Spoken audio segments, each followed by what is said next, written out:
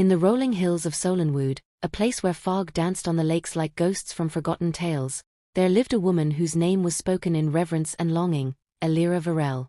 She was not merely beautiful, though beauty she possessed in a way that made the sun pause in its rise and the moon whisper silver poems across the sea. Her hair fell like midnight silk, her eyes held a galaxy of old starlight, and her voice could still the air. But it was not her form alone that made her desired, it was the gravity of her soul, the stillness in her presence, the storm behind her serenity. From far and wide, suitors came, nobles, warriors, poets, and even a prince or two. Each brought gifts, diamonds carved in moonlight, steeds black as storm clouds, sonnets etched in gold. But Elira wanted none of them. She lived alone in the old stone house on the edge of the lake, where the ivy ran wild and the wind sang through broken windows like lullabies from another life. She painted. She read. She walked the shores barefoot and watched the seasons pass with a quiet that made men mad. The first to try was Sir Dallin Hartmore, a knight with armor polished to silver perfection. He believed gallantry and strength would win her. He spoke of honor and lineage, of battles fought and enemies slain. Elira smiled, poured him a cup of violet wine, and asked him, "When do you dream, Sir Dallin?" He could not answer. She never summoned him again. The second was Lyren Vale, a bard whose tongue was spun of honeyed words and myth. He wrote her a song, Elira of the Falling Star, and sang it beneath her balcony each dusk. The townsfolk swooned. She listened once and said, "Sing of yourself, not of me." He left, unable to look her in the eyes again. More came. A prince who offered a kingdom. A sailor who promised the world. A scholar who claimed he could solve the mystery of her heart with logic and time. She turned them all away, always with kindness, never with regret. Rumors grew. They said she was cursed. They said she waited for a lost love from another life. Some said she was a witch, others a goddess. But none could say they truly knew her. It was Rowan Miles, a quiet man who came not with gifts, but with silence, who stayed the longest. He was a maker of instruments, violins and flutes and harps strung with hair from white horses. He came to fix a broken window and stayed to mend her garden fence. He did not ask to love her. He only listened, and in that, Elira found peace. One dusk, after many months, as they sat by the fire, he asked the question none had dared, "Do you fear to be loved, Elira?" She turned to him, her eyes the color of dusk before a storm. "No," she said, "I fear being possessed. To be loved as a trophy. Admired, not known." And so Rowan did not pursue her love. He tended her home. He left flowers without names. He played the flute at night so gently that the owls sang with him. Years passed. One winter morning, he was gone. No note. No goodbye. Only his flute, resting on her doorstep. Elira wept for the first time in a decade. And in her tears, she found her own longing. Not for the men who sought to win her, but for the man who saw her not as something to claim, but someone to cherish. She left Solenwood that spring, her figure vanishing into mist. Some say she found Rowan in a distant land, and they built a home of silence and music. Others say she still walks the shores, watching the lake for signs of his return. But always, her story remains. The tale of Elira Varel, the beautiful lady wanted by many, but known by only one. The spring Elira left Solenwood was unlike any before.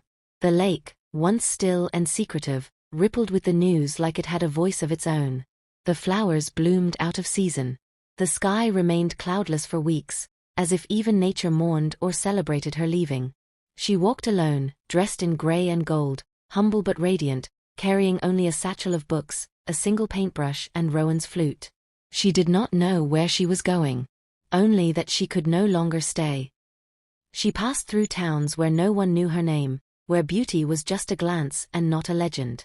She took work in a quiet village by the sea, helping an old widow with her herbs. She healed a boy's fever with rose hips and honey, taught a girl how to draw the sea. She spoke little of the past. But always, she watched the horizon. She searched markets and backroads, temples and taverns. Sometimes she asked of a man who made music with silence. Most times, she simply listened. It wasn't until the town of Elmira, a cliffside place where music was forbidden after a long-forgotten war, that she heard a sound that stopped her breath. It came at dusk, a single trembling note from a wooden flute, rising above the noise of waves crashing against the stone. She followed it, heart thundering like it had been sleeping for years and was now furious to wake. Through winding streets, past stone statues of silent gods, and into the ruins of an old theater, there he was. Rowan. Older. Bearded. His clothes worn. His eyes. Startled, then filled with a kind of quiet that was louder than joy. "I waited," he said. "You left," she replied. He nodded. "Because I feared you'd never truly choose, only tolerate. And I could not bear to be one more echo in your life." Elira stepped closer. The wind carried the scent of salt and violets. "But I have chosen. I searched the world to be certain of it." His hands trembled slightly as she placed the flute into them. "I don't want to be worshipped, Rowan. I want to be known, flawed, strange, quiet. Loved not for mystery, but for the moments in between." He laughed, a sound like thunder wrapped in music. "Then let's leave the stories behind." They made a life in Elmira, tucked in a cottage just beyond the edge of song. She painted again, wild and messy canvases of oceans and open hands. He played music only for her. No more suitors. No more expectations. No more legends. But the tale of Elira Varel didn't die. Travelers still whispered her name, spun new fables of the lady who walked away from the world that loved her, only to find the one who loved her right. And sometimes, just before dawn, if you stood at the cliff's edge in Elmira, you could hear it.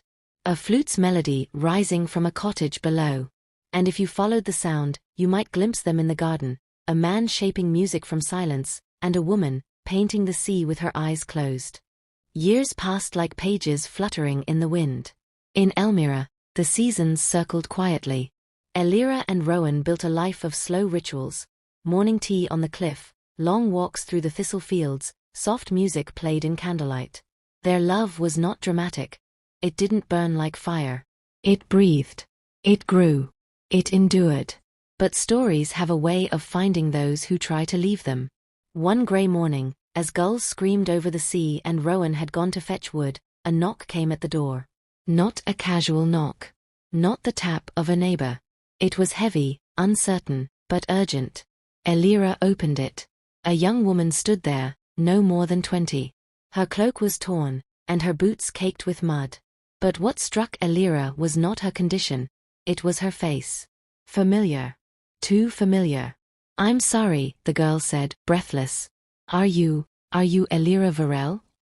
Elira nodded slowly. I think you might be my mother." The girl's name was Seren. She was born in the capital city of Virelane, raised by a noble family who had always whispered that her blood was borrowed, that her mother had vanished after her birth. She had no letters, no portrait, only a small pendant with a pressed violet inside. On the back was etched a single word, Elira. "I didn't come to disrupt you," Seren said, sitting by the fire later that evening, after Rowan returned in stunned silence. "I've searched for 5 years. If you don't want me, I'll go. I wanted to know why." Elira sat very still, her hands trembling for the first time in years. "I never abandoned you," she said quietly. "You were taken from me." She looked up, her gaze far away. "Before Solenwood. Before the stories. I was only 17. I had no power. Your father's family feared what I was. Feared what you might become. They hid you away, threatened to destroy my name if I spoke your truth." Rowan reached for her hand. Elira closed her eyes. "I stayed silent. Until I no longer could. But by then, they had vanished with you. I searched for 2 winters. And then, the world swallowed me." Seren blinked, tears catching in her lashes. "So the story's true?" "Only parts of it," Elira said with a sad smile. "The rest, people made into legend to explain why a woman didn't bend." Seren stayed. At first, it was quiet and strange. A stranger sharing their table, a ghost walking the same floors. But slowly, something softened. Rowan built her a small harp. Elira taught her to paint. They laughed. Argued. Rebuilt the bridge time had nearly burned. But peace is never permanent, and old wounds don't always stay buried.